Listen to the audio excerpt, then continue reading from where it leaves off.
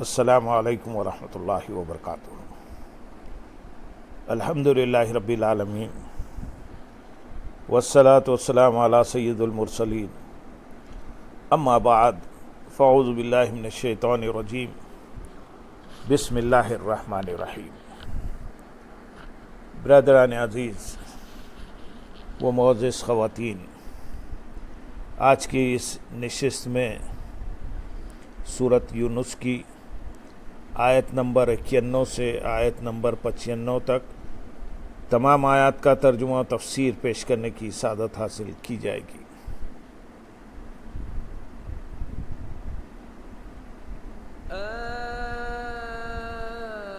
الآن وقد عصيت قبل وكنت من المفسدين فاليوم ننجيك ببدنك لتكون لمن خلفك آية وإن كثيرا من الناس عن آياتنا لغافلون۔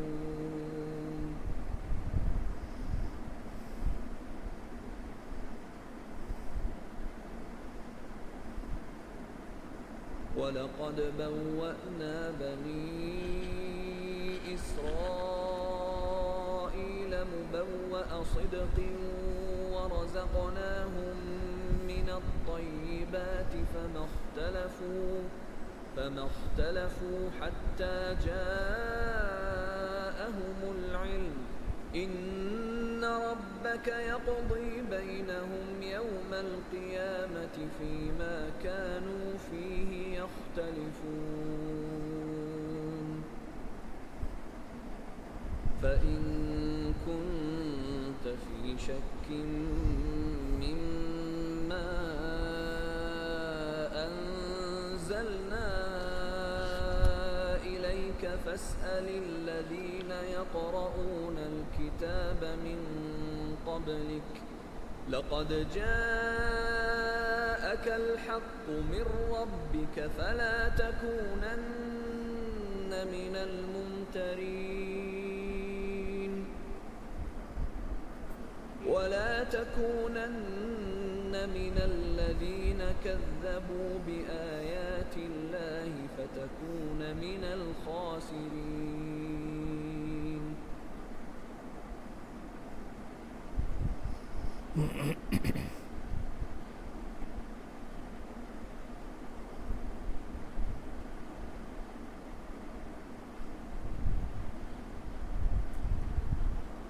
اس سے کہا گیا،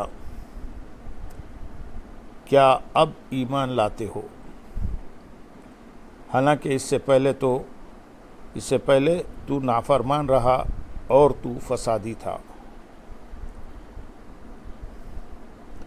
ڈوبتے وقت جب فرعون نے ایمان کا اقرار کیا تو اس وقت اس سے کہا گیا، کیا اب حالت اضطرار میں جبکہ غرق ہونے میں مبتلا ہو چکا ہے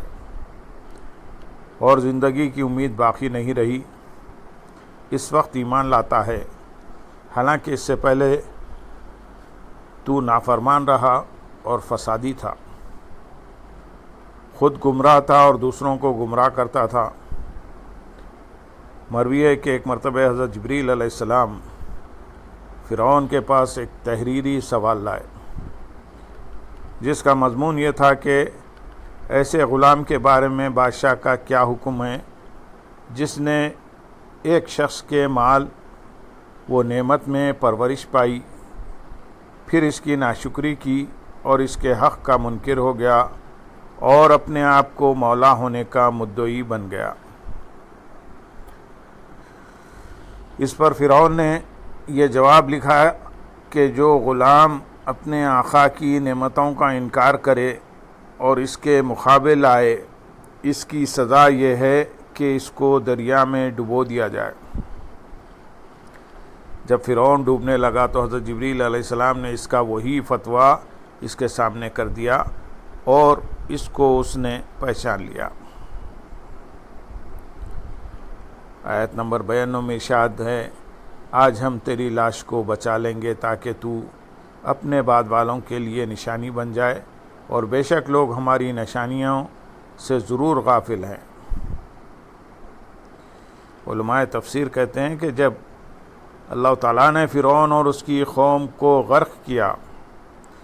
اور حضرت موسیٰ علیہ السلام نے اپنی قوم کو ان کی ہلاکت کی خبر دی،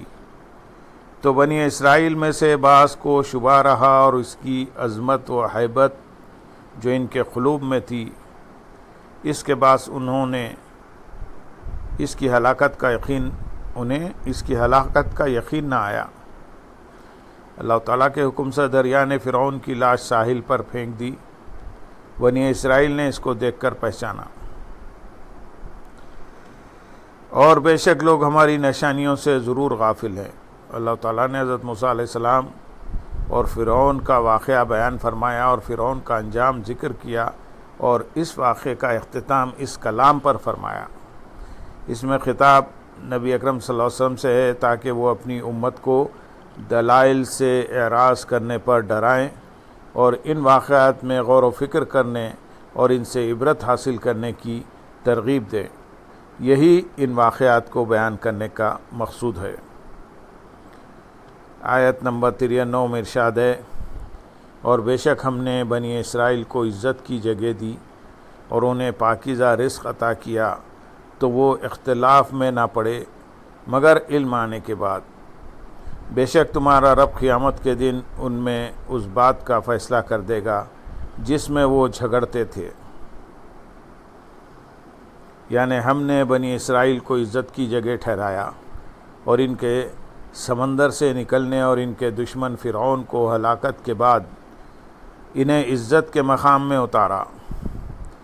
آیت میں عزت کی جگہ سے یا تو ملک مصر اور فرعون و فرعونیوں کے املاک مراد ہیں، یا سرزمین شام، قدس اور اردن، جو کہ نہایت سرسبز و شاداب اور زرخیز ملک ہیں۔ تو وہ اختلاف میں نہ پڑے مگر علم آنے کے بعد۔ یہاں علم سے مراد تو توریت ہے، جس کے معنی میں یہودی آپس میں اختلاف کرتے تھے، یا سرکار دو عالم صلی اللہ علیہ وسلم کی تشریف آوری ہے کہ اس سے پہلے تو سب یہودی آپ کے قائل اور آپ کی نبوت پر متفق تھے، اور توریت میں جو آپ کی صفات مذکور تھیں ان کو مانتے تھے، لیکن تشریف آوری کے بعد اختلاف کرنے لگے۔ کچھ ایمان لے آئے اور کچھ لوگوں نے حسد و عداوت کی وجہ سے کفر کیا۔ ایک قول یہ ہے کہ علم سے قرآن مجید مراد ہے۔ اس سے معلوم ہوا کہ جس علم کے ساتھ اللہ تعالیٰ کی توفیق اور حقیقی معرفت نہ ہو، وہ علم اللہ تعالیٰ کا عذاب اور حجاب ہے۔ چنانچہ علم کے باوجود گمراہ ہو جانے کے بارے میں اللہ تعالیٰ قرآن حکیم آیت سورت الجاسیہ میں ارشاد فرماتے ہیں، اور اللہ نے اسے علم کے باوجود گمراہ کر دیا، اور جو علم معرفت الہی کا ذریعہ ہو وہ رحمت ہے، جیسے اللہ تعالیٰ نے اپنے حبیب صلی اللہ علیہ وسلم سے ارشاد فرمایا سورۃ طٰہٰ میں، اور عرض کرو اے میرے رب میرے علم میں اضافہ فرما۔ بے شک تمہارا رب قیامت کے دن ان میں فیصلہ کر دے گا۔ یعنی اے حبیب صلی اللہ علیہ وسلم، یہودی دنیا میں آپ کی نبوت کے معاملے میں جھگڑ رہے ہیں، قیامت کے دن آپ کا رب عزوجل ان میں عملی طور پر اس طرح فیصلہ کر دے گا کہ آپ پر ایمان لانے والوں کو جنت میں داخل فرمائے گا اور آپ کا انکار کرنے والوں کو جہنم کے عذاب میں مبتلا فرمائے گا۔ آیت نمبر 94 اور 95 میں ارشاد ہے، تو اے سننے والے، اگر تجھے اس میں کوئی شک ہو جو ہم نے تیری طرف اتارا ہے تو ان سے پوچھ لو جو تجھ سے پہلے کتاب پڑھنے والے ہیں۔ بے شک تیرے پاس تیرے رب کی طرف سے حق آیا، تو ہرگز شک والوں میں نہ ہو، اور ہرگز ان میں نہ ہونا جنہوں نے اللہ تعالیٰ کی آیتوں کو جھٹلایا، ورنہ تو نقصان اٹھانے والوں میں سے ہو جائے گا۔ تو اے سننے والے، اگر تجھے کوئی شک ہو، اس آیت اور اس کے بعد والی آیت یعنی آیت نمبر 94 اور 95 کا خلاصہ یہ ہے کہ اے سننے والے، اگر تمہیں ان قصوں میں کچھ تردد ہو جو ہم نے اپنے رسول محمد مصطفیٰ صلی اللہ علیہ وسلم کے واسطے سے تمہیں بیان کیے ہیں تو تم علماء اہل کتاب جیسے حضرت عبداللہ بن سلام رضی اللہ تعالیٰ عنہ اور ان کے ساتھیوں سے پوچھ لو تاکہ وہ تمہیں سرور عالم صلی اللہ علیہ وسلم کی نبوت کا اطمینان دلائیں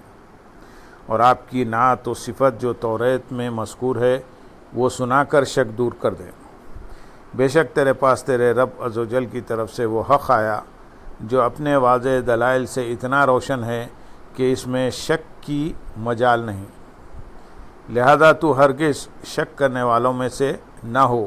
اور ہرگز ان لوگوں میں سے نہ ہونا جنہوں نے اللہ تعالیٰ کی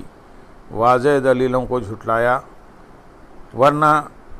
تو اپنی جانوں کو خسارے میں ڈال کر نقصان اٹھانے والوں میں سے ہو جائے گا۔ اللہم صلی علی سیدنا محمد وعلی آل سیدنا محمد وبارک وسلم وآخر دعوانا ان الحمد للہ رب العالمین۔ سبحان رب